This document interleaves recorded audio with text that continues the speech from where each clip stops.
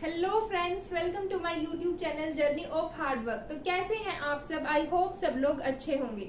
तो आज हम बात करने वाले हैं पाठ योजना कैसे बनाएं, लेसन प्लान का फॉर्मेट क्या होगा। तो हिंदी की बात करेंगे आज हम। तो सबसे पहले आपको लिखना है यहाँ पर छात्रा अध्यापक, छात्रा अध्यापिका का नाम, अपना नाम आप लिख देंगे। उसके बाद आप लिखेंगे कक्षा, कौन सी कक्षा के लिए आप लेसन प्लान बना रहे हैं। तो मैं आपको एक एग्जांपल दूंगी जो मैंने बनाया है, दूसरी कक्षा। उसके बाद आप लिख देंगे कि आप विषय कौन सा पढ़ा रहे हैं, तो हिंदी पढ़ा रहे हैं या अंग्रेजी, गणित, पर्यावरण अध्ययन, जो भी है वो आप लिख देंगे। उसके बाद आप लिखेंगे अवधि, कि कितनी देर में आप उसको, उस चैप्टर को, उस कविता को, कहानी को आप पढ़ा देंगे। तो वो आप लिख सकते हैं यहाँ पर 40 मिनट, 15 मिनट या जो भी हो। अब है उप विषय, कि आप हिंदी में टॉपिक कौन सा पढ़ाने वाले हैं।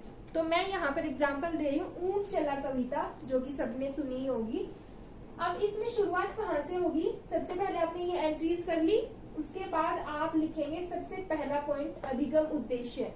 ये पॉइंट लिखेंगे आप, इसके अंदर आप लिखेंगे लगभग 5 या 6 लाइनें। क्या क्या उद्देश्य हो सकते हैं? सबसे पहला उद्देश्य, आप करते क्या है डेमो में, आप सबसे पहले देते हैं इंट्रोडक्शन, है ना। आप कुछ भी जो टीएलएम है वो यूज करते हैं और इंट्रोडक्शन देते हैं। तो सबसे पहला अधिगम उद्देश्य आप लिख सकते हैं चित्रों के द्वारा कविता का अनुमान लगाना। फॉर एग्जाम्पल, आप बच्चे को दिखाएंगे कि बच्चों ये देखो ये चित्र। बच्चे बताएंगे जी मैम ये तो ऊंट है। हाँ बच्चों ऊंट, तो कहाँ कहाँ पर देखा आपने ऊंट को। तो इस तरीके से डेमो आपका आगे बढ़ेगा। तो पहला उद्देश्य हो गया चित्रों के द्वारा कविता का अनुमान लगाना। अब दूसरा क्या होगा? अब आप कविता गाएंगे और बच्चों को भी गवाएंगे साथ में। तो आप लिखेंगे कविता का लय तथा हाव भाव सहित वाचन करना। कविता का लय तथा हाव भाव सहित वाचन करना। तीसरा अधिगम उद्देश्य आपका क्या हो सकता है? आप कुछ कठिन शब्दार्थ भी उसमें आते हैं, तो आप लिख देंगे कि कविता में आए कठिन शब्दार्थों को स्पष्ट करना, और साथ ही आप अपने लेसन प्लान में आगे जाकर वो लिखेंगे भी। फोर्थ आपका हो सकता है, अब आपने कविता तो गा ली, बच्चों से भी गवा दी, लेकिन इतने में थोड़ी ना होगा, आपको समझाना पड़ेगा, तभी बच्चे उसे समझेंगे कि कविता में है क्या। तो आप लिख देंगे कि अपनी भाषा का प्रयोग करते हुए कविता का भावार्थ स्पष्ट करना। तो ये एक और आपका अधिगम उद्देश्य हो गया। इसके अलावा कविता में क्या होता है, जैसे इस कविता में लाइन आती है एक, कि किस करवट बैठेगा ऊंट जब थक कर बैठेगा ऊंट। तो यहाँ पर आप बच्चों से पूछेंगे बताओ बताओ कैसे बैठा होगा थक कर ऊंट। तो यहाँ से क्या होगा, सब बच्चे अलग अलग तरीके बताएंगे कि मैम ऐसे बैठा होगा, ऐसे बैठा होगा। तो यहाँ से क्या होगा, उनकी कल्पनाशीलता का विकास होगा। तो एक अधिगम उद्देश्य आप लिख दीजिए अगला, कल्पनाशीलता का विकास करना। इसके अलावा आप क्या लिखेंगे कि आपको एक एक्टिविटी जरूर लेनी है अपने डेमो में। आप लिख देंगे गतिविधि की सहायता से कविता को समझाना। तो यहाँ पर किस विधि का यूज हो रहा है? व्याख्यान विधि का आप एक यूज करेंगे, जो कि आपको आगे जाकर लिखना है। आप एक अधिगम उद्देश्य लिख देंगे गतिविधि के साथ कविता को समझाना।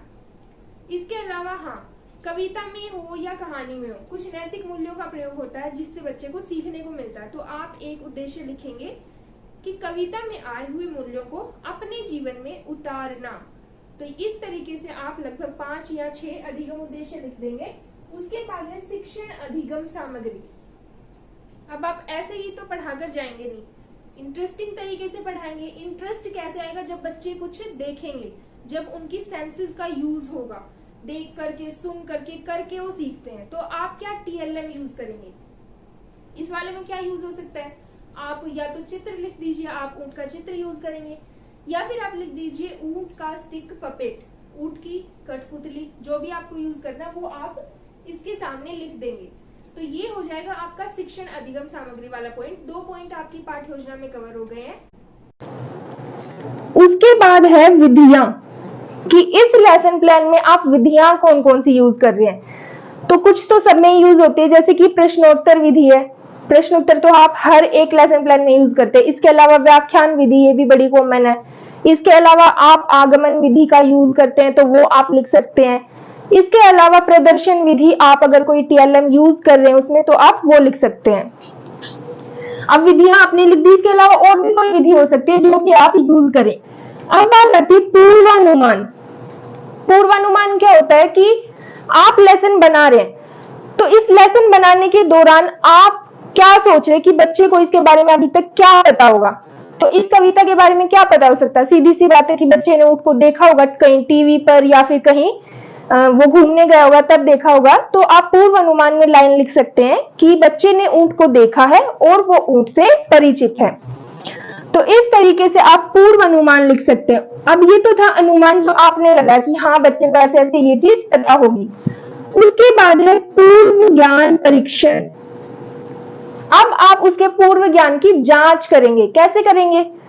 वही जो आप स्टार्टिंग में क्वेश्चन पूछते हैं। क्या पूछेंगे आप? मैंने बताया कि मैं स्टिक पपेट यूज कर रही हूँ, तो फिर मैं बच्चे को स्टिक पपेट दिखाऊंगी। कैसे?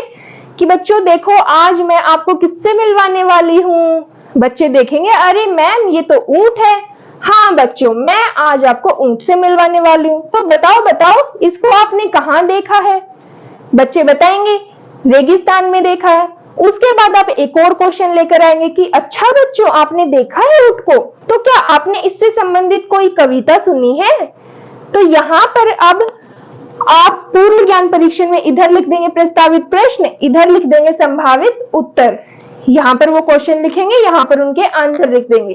और लास्ट वाला क्वेश्चन आपका होना चाहिए समस्यात्मक प्रश्न। उसके आंसर में आप क्या लिखेंगे? उसके आंसर में लिखेंगे आप समस्यात्मक प्रश्न, क्योंकि वहां से क्या होगा, वहां से आपका अनाउंसमेंट ऑफ द टॉपिक यानी कि उद्देश्य कथन। अब आप करेंगे अपने टॉपिक की अनाउंसमेंट। कैसे करेंगे? अच्छा बच्चों, तो कुछ बच्चों ने हो सकता है सुनी हो कविता ऊंट के बारे में कोई भी या नहीं सुनी हो, तो आप बोलेंगे अच्छा बच्चों तो आज हम ऊंट के बारे में एक बड़ी मजेदार कविता का आनंद लेने वाले हैं जिसका नाम है ऊंट चला। क्या नाम है? ऊंट चला। तो इस तरीके से आप क्या कर देंगे? टॉपिक की अनाउंसमेंट कर देंगे, उद्देश्य कथन। अब बात आती है आपके प्रस्तुतिकरण की। प्रस्तुतिकरण में आप ये पूरी टेबल बनाएंगे जिसमें होंगे आपके एक तो शिक्षण बिंदु, छात्र अध्यापिका क्रिया, छात्र छात्रा क्रिया और आकलन। अब शिक्षण बिंदु में आप क्या लिखेंगे? आप कविता पढ़ा रहे हैं, सीधी सी बात है पूरी कविता आप नहीं लिखेंगे, लेकिन ऊंट चला से ये शुरू हो रही है, ऊंट चला भाई ऊंट चला, और खत्म भी किस पर हो रही है? ऊंट चला भाई ऊंट चला।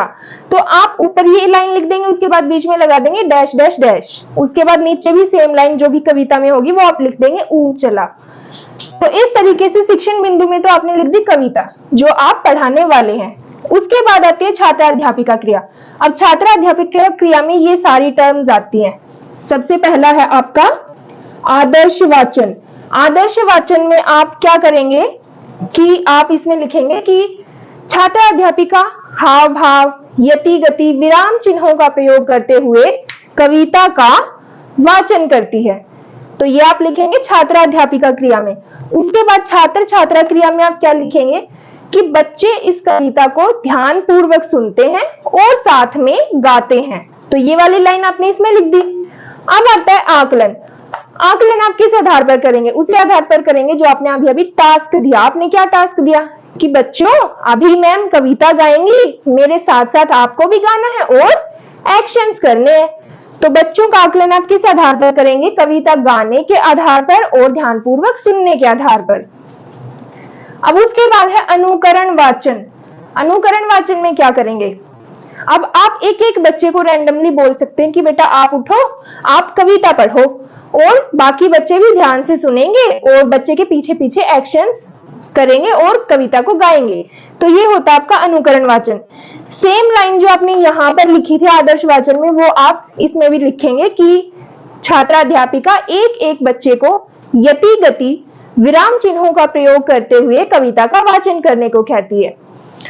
छात्र छात्रा क्रिया में आप सेम लिख देंगे कि बच्चे वही लाइन लिखेंगे आप, यति गति विराम चिन्हों का प्रयोग करते हुए कविता का वाचन करते हैं।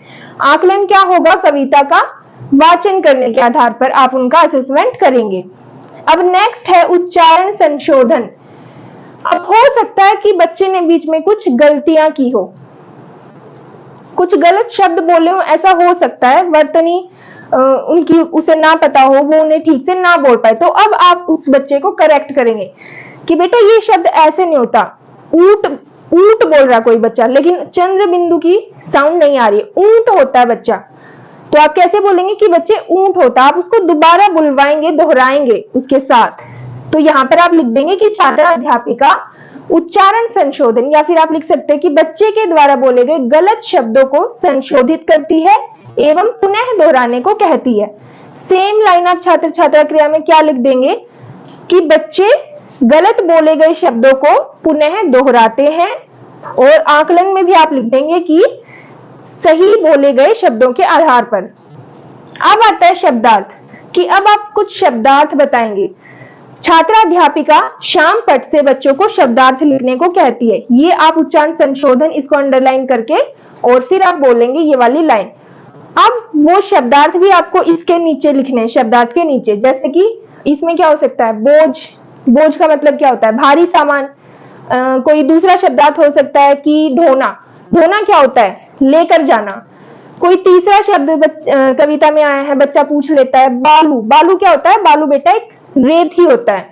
तो ये तीनों शब्दार्थ आपने लिख दिए, उसके अर्थ आपने यहाँ लिख दिए। अब बारी आती है छात्र छात्रा क्रिया की। आप क्या लिखेंगे इसमें कि छात्र शाम पट पर लिखे हुए शब्द एवं अर्थों को अपनी कॉपी में लिखते हैं। आकलन क्या होगा, शब्दार्थ सही सही लिखने के आधार पर। अब आता है भावार्थ। कविता तो आपने बुलवा दी, रैंडमली भी बुलवा दी, लेकिन अब आपको उसे थोड़ा एक्सप्लेन करना होगा कि बेटा इस कविता में क्या बताया गया है। ऊंट के बारे में बताया गया है कि कैसे ऊंट चलता है अपनी ऊंची पीठ को उठाए हुए, और जब वो थक जाता है तो कैसे बैठता है, कैसे बैठता है। तो यहीं से वो वाला अधिगम उद्देश्य पूरा हो रहा है, कौन सा, कल्पनाशीलता को विकसित करना। तो इस तरीके से आप भावार्थ को एक्सप्लेन करेंगे। तो थोड़ा सा भावार्थ, इस भावार्थ के नीचे आप लिख देंगे इस वाली लाइन में, लगभग 4 से 5 लाइन में आप कविता का भावार्थ कर देंगे। उसके बाद है छात्र छात्रा क्रिया। इसमें क्या करेंगे कि बच्चे भावार्थ को ध्यान पूर्वक सुनते हैं, और आकलन भी किस आधार पर हो जाएगा, ध्यान पूर्वक सुनने के आधार पर। तो ये था आपका भावार्थ।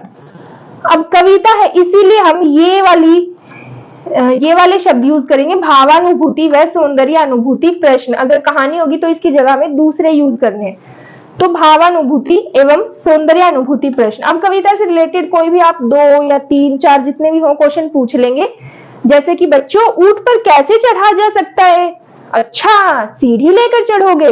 तो आप यहीं पर उस प्रश्न को लिख देंगे, और इस वाली लाइन में आप लिख देंगे उन प्रश्नों के उत्तर सीढ़ी से। यहाँ पर आपने वो प्रश्न लिखा, यहाँ पर आंसर लिख दिया सीढ़ी से।